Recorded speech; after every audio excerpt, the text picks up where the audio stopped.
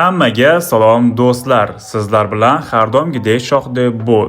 Bugungi video roligimizda yangi kelgan 3.7 versiyadagi ko'pgina bo'lgan dastajeniyalarni qanday bajarish mumkinligini o'rganib olasiz.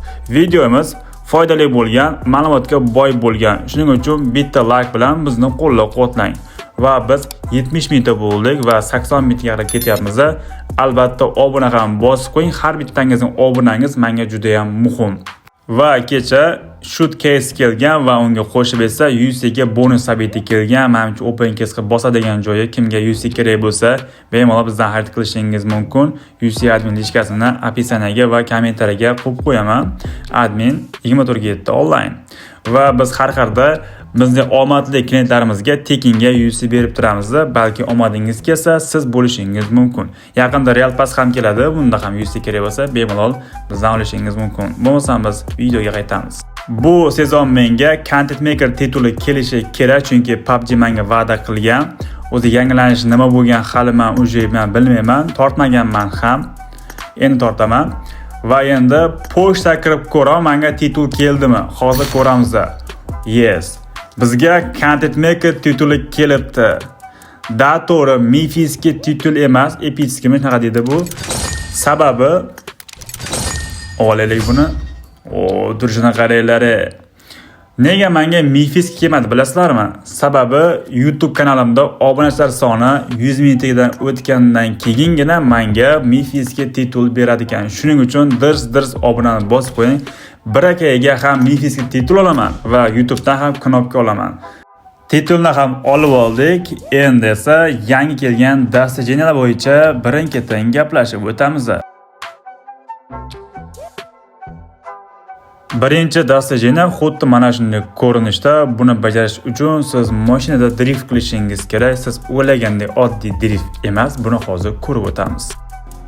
Siz drift qilayotganda driftni ko'proq qilishingiz kerak va iloji boricha kattaroq joyda drift qiling. Eng to'g'ri tanlov bu Erangel.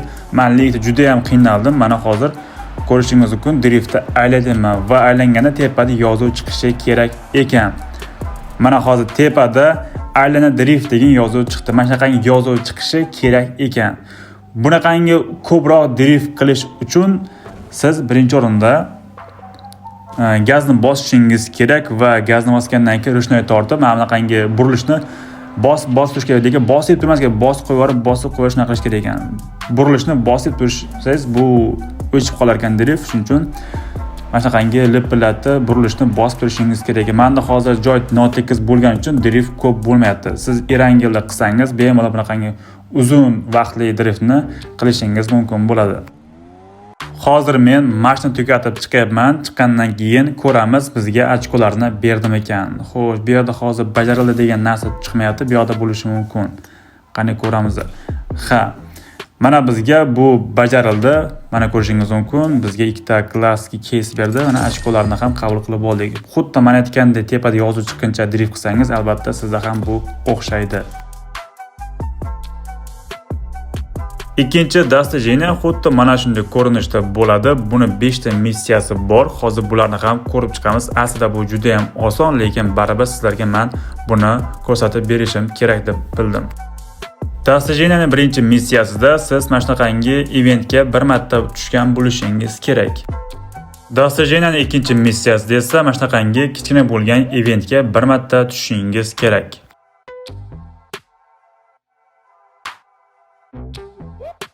Dastajeniyaning 3-missiyasi esa mana bunaqangi sariq pichoq bo'ladi. Mana shu pichoqdan bir marta biz foydalanishimiz kerak bo'ladi. Bu juda ham oson. Hozir buni ko'rsatib beraman. Qo'lingizga bitta pichoq olasiz va pastdan bunaqangi knopka chiqadi. Bosasiz va qayergadir borgandan keyin yana mana shuni bossangiz, orqangizga qaytib qolasiz shundoq. Bo'ldi. Shunday qilsangiz bo'ldi. Dastajeniyamiz 4-missiyasi esa mana bunaqangi qumli joyga kirishimiz kerak. Bu qumli joy eski old narsalar qaytarilgan joy bo'ladi. Misol uchun Livik kartasida meditsina shunaqangi joyi bor. Mana shunaqangi joyga bir marta kirsangiz bo'ldi. Dastajeniyamizning oxirgi missiyasi esa bir marta tuyani minsangiz bo'ldi. Bilasizlar, tuyani topish muammo emas, shunchaki minib qo'ysangiz bo'ldi. Tamom. Bu достижение ham bizda bajarildi. Hozir endi bularni ochkolarini qabul qilib olamiz. Bizga ikkita klassik kes ham qo'shib berdi. Yaxshi. Siz ham xuddi men aytgandek qilsangiz, buni ham bemalol bajarib olishingiz mumkin bo'ladi. Uchinchi достижение xuddi mana shunday ko'rinishda bo'ladi. Bu достижение yangi qo'shilgan rondo xaritasi uchun maxsus chiqarilgan достижение hisoblanadi. Va bu достижениeni 4 ta missiyasi bor. Hozir bularni ham birin-ketin bajarib chiqamiz. Достижениemiz birinchi missiyasida rondo xaritasida favqulodda panalash degan narsani magazindan olishimiz kerak. 10 ta monetaga mana shuni olamiz. Xuddi mana shu narsa. Buni olgandan keyin shu bir marta bundan foydalansak bo'ldi. Bu qanaqa narsa deb o'ylayotgan bo'lsangiz, hozir buni ko'rsataman. Otasiz. Otgandan keyin biroz vaqtdan keyin mana shu yerga qanaqadir toshmi tushadi. Bu qanaqadir ochiq joyda qolib ketsangiz, sizni shu pana qilib shu otishadigan narsa desa bo'ladi. O'zing buni tushundilaring. Xuddi shunaqangi narsadan foydalansangiz bo'ldi. Достижениemiz ikkinchi missiyasida ronda xaritasida mana bunaqangi qurol bor. Mana shu qurolda bitta odamni biz o'ldirishimiz kerak. Hozir men yo'lda bitta botni ko'rib qoldim. Ana shuni hozir men otaman.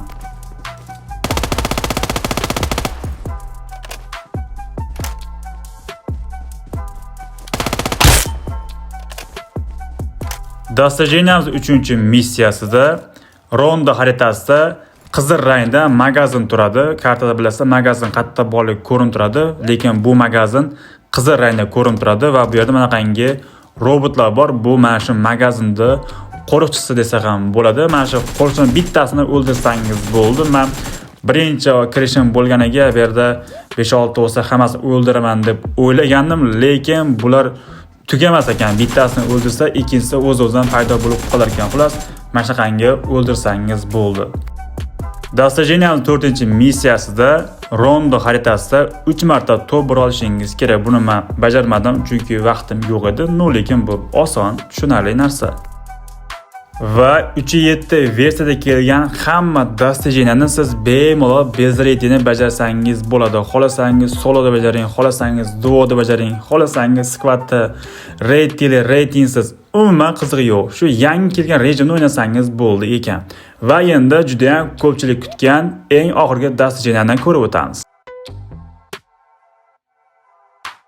Navbatdagi достижение mana shunaqangi ko'rinishda bo'ladi. Bu yerda bir marta qilishingiz kerak bo'lgan zadaniya bor va buning evaziga sizga достижение uchun 40 ochko va 2 ta premium kes berar ekan.